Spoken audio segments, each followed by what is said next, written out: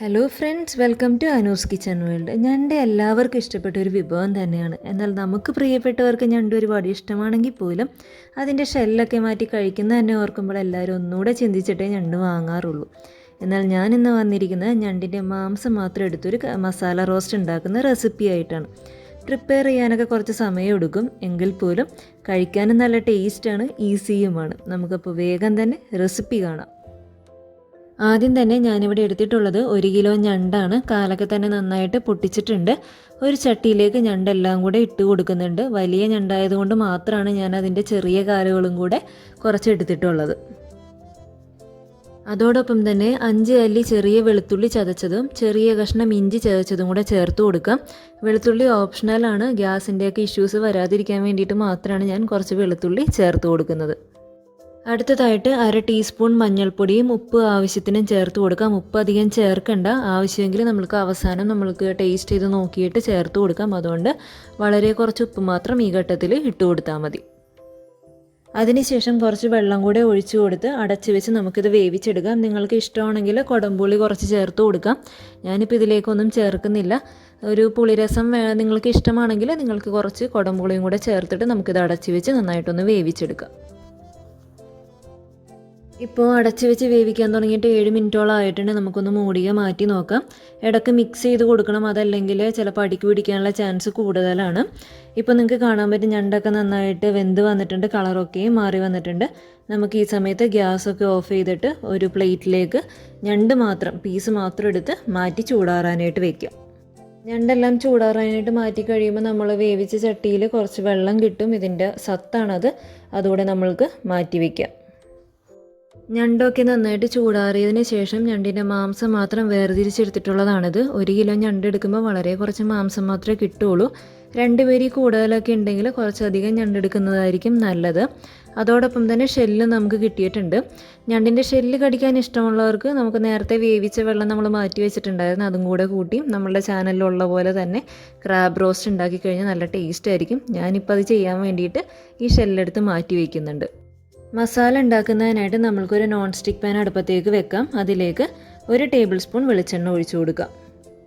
വെളിച്ചെണ്ണ ഇപ്പോൾ നന്നായിട്ട് ചൂടായി വന്നിട്ടുണ്ട്. ഈ സമയത്ത് 1 ടീസ്പൂൺ ഇഞ്ചി ചെറുതായിട്ട് അരിഞ്ഞതും 2 പച്ചമുളക് ചെറുതായി അരിഞ്ഞതും കൂടെ ചേർത്ത് കൊടുക്കാം. പച്ചമുളകും ഇഞ്ചിയൊക്കെ ചെറുതായിട്ടൊന്ന് മുരിഞ്ഞ് വരുമ്പോഴേക്കും നമ്മൾക്കിതിലേക്ക് 1 മീഡിയം സൈസ് സവാള ചെറുതായി അരിഞ്ഞതും കൂടെ ചേർത്ത് കൊടുക്കാം. സവാള ആവശ്യാനുസരണം കൂട്ടിയും കുറച്ചൊക്കെ നിങ്ങളുടെ ഇഷ്ടാനുസരിച്ച് നിങ്ങൾക്ക് ചേർക്കാം. അതിനുശേഷം 1 തണ്ട് കറിവേപ്പില കൂടെ ചേർത്ത് നന്നായിട്ട് ഇതൊന്ന് വഴറ്റിയെടുക്കാം. ഇപ്പോൾ ചെറുതായിട്ട് ബ്രൗൺ കളറൊക്കെ ആയി വന്നിട്ടുണ്ട്. ഈ സമയത്ത് നമ്മൾക്ക് 1/4 ടീസ്പൂൺ മഞ്ഞൾപ്പൊടി ചേർത്ത് കൊടുക്കാം. നമ്മൾ വേവിച്ചപ്പോൾ ഓൾറെഡി മഞ്ഞൾപ്പൊടി ഇട്ടിട്ടുള്ളത് കൊണ്ടാണ് ഞാൻ ഈ സമയത്ത് വളരെ കുറച്ച് മഞ്ഞൾപ്പൊടി മാത്രം ചേർത്ത് കൊടുക്കുന്നത്. അതിനുശേഷം 1/2 ടീസ്പൂൺ മല്ലിപ്പൊടി ചേർത്ത് കൊടുക്കാം.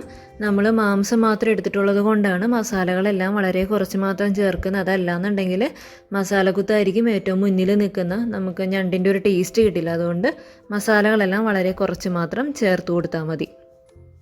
മല്ലിപ്പൊടിയുടെ പച്ചമണമൊക്കെ മാറി വരുമ്പോഴേക്കും നമ്മൾക്കിതിലേക്ക് 1/4 ടീസ്പൂൺ മുളക് പൊടി ചേർത്ത് കൊടുക്കാം. അതോടൊപ്പം തന്നെ 1/4 ടീസ്പൂൺ ഗരം മസാല പൊടിയും കൂടെ ചേർത്ത് നന്നായിട്ട് ഇതൊന്ന് വഴറ്റിയെടുക്കുക.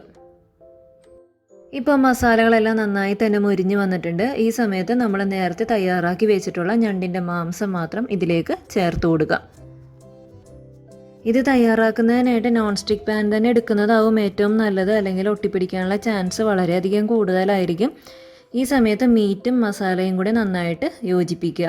ഉപ്പ് ആവശ്യമെങ്കിൽ മാത്രം ചേർത്ത് കൊടുക്കുക. നമ്മൾക്ക് ഓൾറെഡി സീ ഫുഡ് ആയതുകൊണ്ട് കുറച്ച് ഉപ്പിൻ്റെ കണ്ടൻറ്റ് കൂടുതലായിരിക്കും. അതുകൊണ്ട് ടേസ്റ്റ് നോക്കിയതിന് ശേഷം ആവശ്യമെങ്കിൽ മാത്രം ഉപ്പ് ചേർത്ത് കൊടുത്താൽ മതി. മസാലകളും ഞണ്ടും കൂടെ നന്നായിട്ട് യോജിപ്പിച്ചതിന് ശേഷം മീഡിയം ഫ്ലെയിമിൽ വെച്ചിട്ട് അതിലുള്ള വെള്ളം വറ്റുന്നത് വരെ നമുക്കൊന്ന് വെയിറ്റ് ചെയ്യാം. ഇടയ്ക്ക് മിക്സ് ചെയ്ത് കൊടുക്കണം, അതല്ലെങ്കിൽ ഇതായിരിക്കുന്ന ഭാഗം മാത്രം കരിഞ്ഞു പോകാനുള്ള ചാൻസും കൂടുതലായിരിക്കും. ഇപ്പോൾ മീഡിയം ഫ്ലെയിമിൽ തന്നെ ഇരിക്കാൻ തുടങ്ങിയിട്ട് ഒരു 5-6 മിനിറ്റോളം ആയിട്ടുണ്ട്. ഇപ്പോൾ തന്നെ നന്നായിട്ട് വെള്ളമൊക്കെ വറ്റി നല്ല ഡ്രൈ ആയിട്ട് വന്നിട്ടുണ്ട്. വേവിക്കുന്ന സമയത്ത് ഞാൻ കുടംപുളി ഒന്നും ചേർക്കാതിരുന്നത് മീറ്റിൻ്റെ ഒരു പുളിരസം ഉണ്ടാകും.